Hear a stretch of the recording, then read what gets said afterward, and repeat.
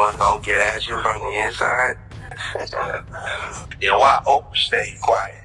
Why ever move to another country? Don't be shocked if nobody show up to pet them. And he's asking people to intimidate witnesses or pay people off. Only a year earlier, Combs was strutting red carpets, flashing that trademark grin while counting streaming checks. Then, September 16th, 2024, hit like a siren. Homeland Security crashed into his Los Angeles and Miami mansions, guns drawn, hard, drives boxed, piles of baby oil bottles snapped into evidence photos beside pink ketamine vials and cash bundles. By dawn, agents paraded out with more than 20 terabytes of files that prosecutors claim expose a Combs enterprise devoted to coercion and S-traf. The mugshot traveled faster than any single he ever released. Charged with racketeering, interstate transportation for prostitution and sex traf, the mogul pleaded not guilty yet was denied bail twice before Christmas. A federal judge labeled him an ongoing danger who can bribe or bully at will. Sponsors bolted, streaming numbers cratered. His once fabled net worth reportedly fell by 9 figures as brand partners froze funds. Combs's crash looked instant, but insiders insist the fault lines were years deep, and the real damage, prosecutors warned, was still vibrating through jailhouse phone lines. Just leaked, and it was posted by Social Details. This is allegedly a call that he had, and there's a lot of talk, a lot of code words in there, so we're going to listen to it together. Check it out.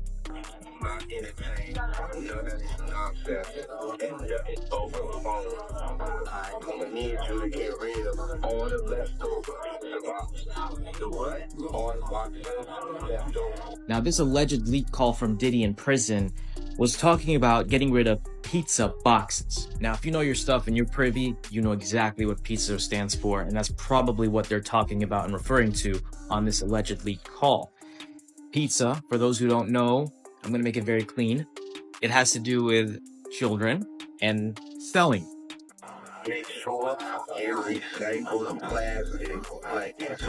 Now, in this alleged phone call, he starts talking about someone named Jay. People are speculating that may be Jay-Z, but there's no confirmation. At the same time, he talks about recycling plastic. I don't know what that could mean. If you guys have any idea, comment and let me know.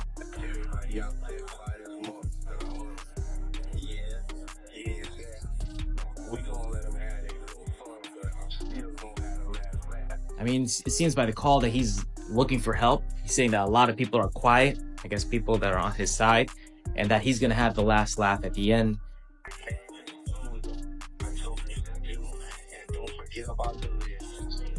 And then he goes on to say, don't forget about the list. And we don't know what that list is or what that implies, but this is pretty crazy. Do I think this is legitimate? There is no confirmation yet if this is legitimate or not, but this is the alleged leak call of Diddy.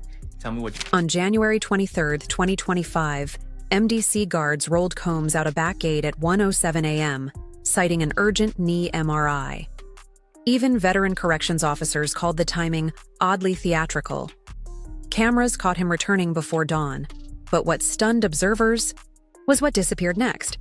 A Jane Doe civil suit in Texas, accusing Combs and Jay-Z of organized coercion, quietly dissolved only 3 days later. Litigator Tony Busby cried foul, hinting that hush money flowed while the mogul was outside federal walls. Busby's allies note the lawsuit had survived months of motions until that twilight ride. The plaintiff's attorneys offered no explanation, and court dockets went silent. Coincidence, Combs's camp said. Critics call it surgical. One former U.S. Marshal remarked, "You don't wheel a high-value inmate through Manhattan streets at 1 a.m. unless you need him nowhere near security. Cameras for a few hours." What conversation required total blackout? Hearing. Why does he get the cover of darkness? Why does he get taken out because he needs an aspirin? Help me, Dr. Hendricks. Well, I'll tell you, each inmate gets a physical within 14 days of their arrival at any facility.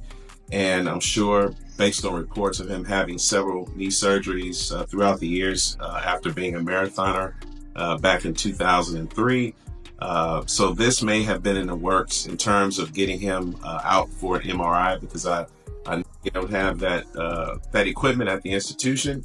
And I'll just tell you this, they probably had set this appointment up months, maybe weeks ago, and they set it up for the evening. To leave at 1 a.m. in the cover of darkness. Okay, you think that's what they set up, Hendricks? Look, I know you're being loyal to MDC, but can we get real? Leaving MDC because your knee hurts? Weeks later, social media sleuths leaked an audio clip said to capture Combs borrowing another inmate's minutes to place a triple-routed call. The line crackles, "Recycle the plastic, Jay, and don't forget the list." Internet forums exploded.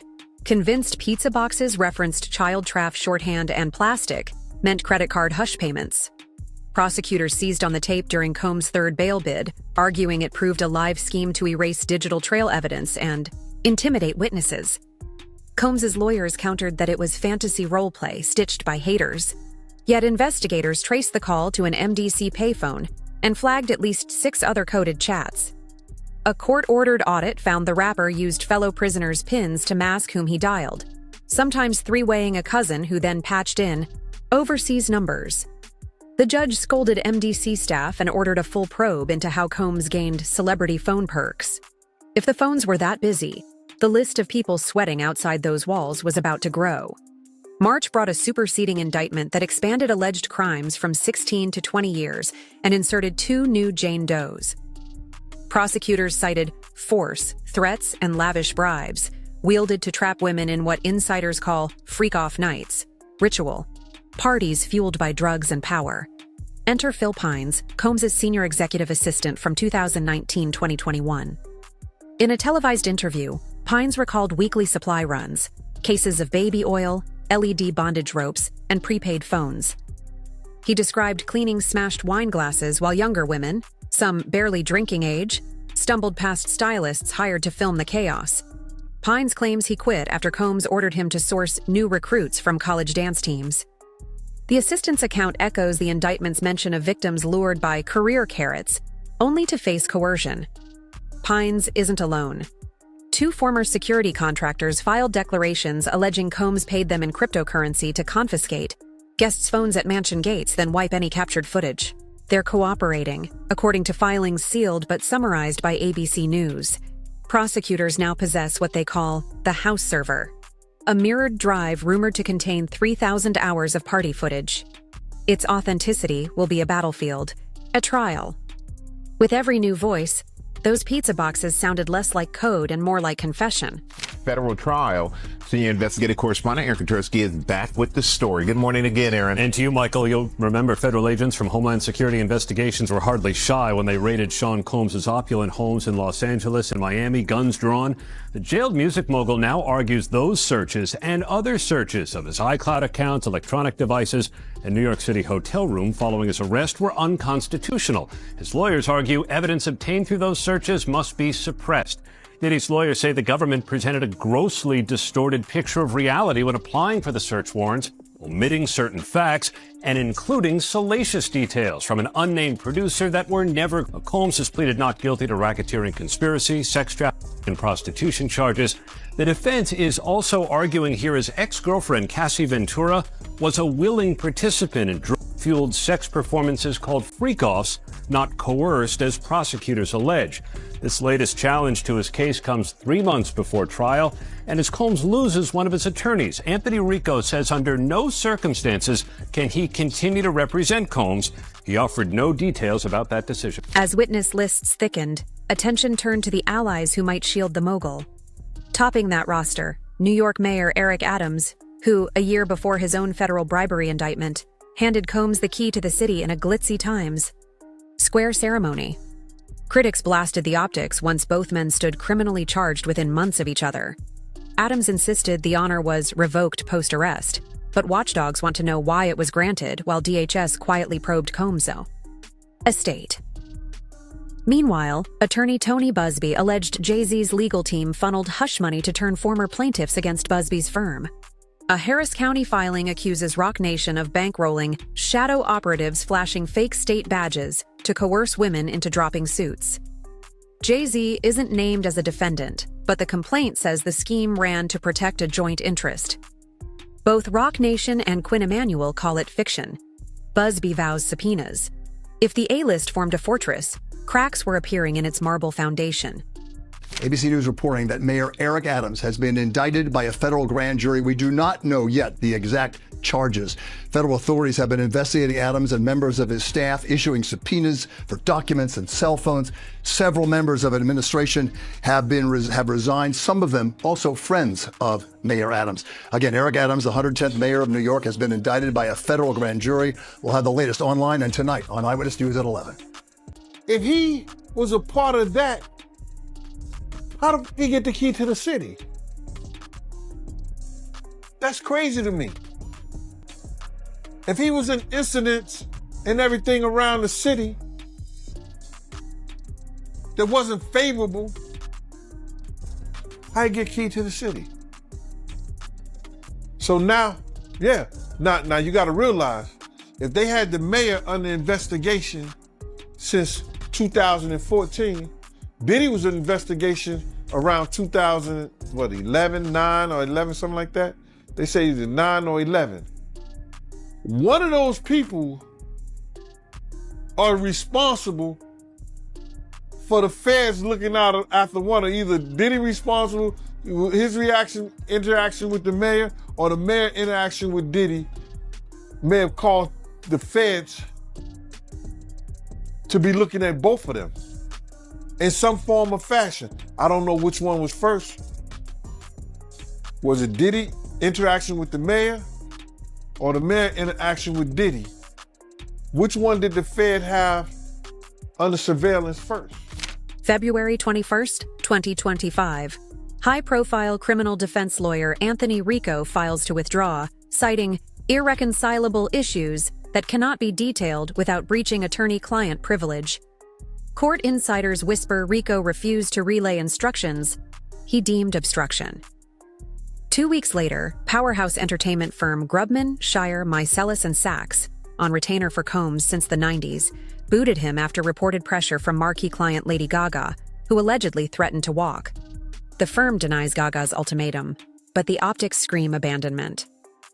Combs' bench shrank from 10 senior litigators to 4 junior partners overnight. Observers say any lawyer left is bracing for withheld retainers. Public filings show that Mogul liquidated 2 Miami condos to cover mounting fees. One attorney quipped off record, "It's hard to build a defense when the client keeps adding new charges by phone." With counsel thinning and witnesses multiplying, the next fight was over every bite seized in those raids. Previous charges have been updated and the government have added new details to the case. They've expanded either the charges against someone, which isn't what's happened here, or they have added new detail about the alleged crimes, which is what is happening in this particular case. So what's new, what's different in this superseding indictment? There are no new charges against Diddy. Like you said, he's still accused of sex trafficking, of racketeering and transportation for the purposes of prostitution. But what the prosecutors have done is expanded the case with more details. They've added 2 new female victims, and they've also said that the alleged crimes took place over a longer time frame than they'd initially said. It now runs from 2004 to 2024, whereas before it had just been a 16-year time span. And you mentioned there about adding new victims. That's victim 2 and victim 3 referred to in this indictment. But we already had a victim. We had victim 1. They're still in it? Yes, that's right. So victim 1 is the case that they built the federal prosecution on. And they say about these 3 victims, Combs and other members and associates of the Combs enterprise wielded the power of the Combs global enterprise to intimidate, threaten and lure female victims into Combs's orbit, often under the pretense of a romantic relationship. Combs then used force, threats of force and coercion to cause victims, including but not limited to 3 female victims, 1, 2 and 3, to engage in commercial sex acts. In connection with the commercial sex acts, Combs provided the victims with, among other things, monetary payments, career opportunities and... On April 14th, 2025, Combs's remaining team filed a 78-page motion to suppress all physical and cloud-based evidence seized during March and September raids.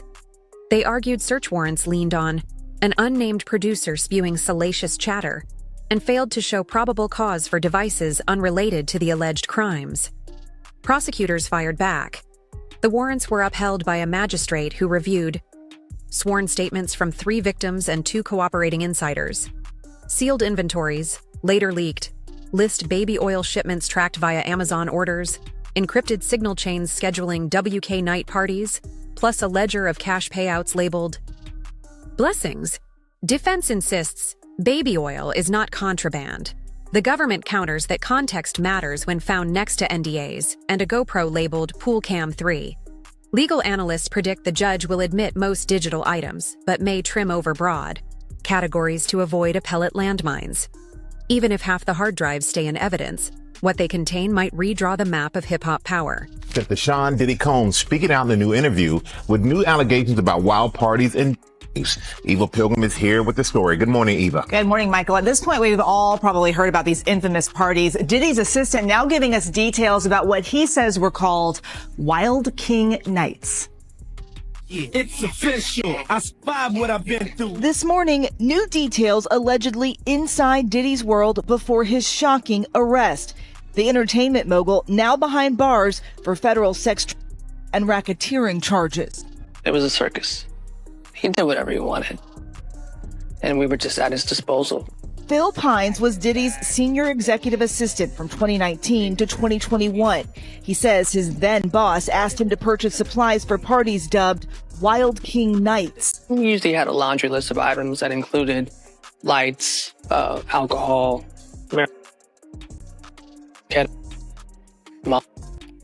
those requests started to become more frequent.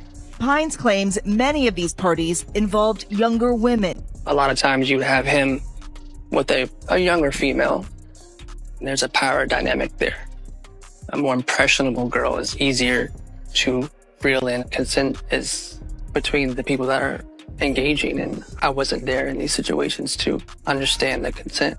One of the things is, the thing that stuck out to me, you mentioned it before, these allegations are so consistent with what the allegations are that are laid out by prosecutors when they describe the freak-offs in their indictment, right? These sex-fueled parties, these fueled parties, the baby oil, the Astroglide. And it makes me wonder, A, do you think Mr. Pines is a cooperating witness for the government?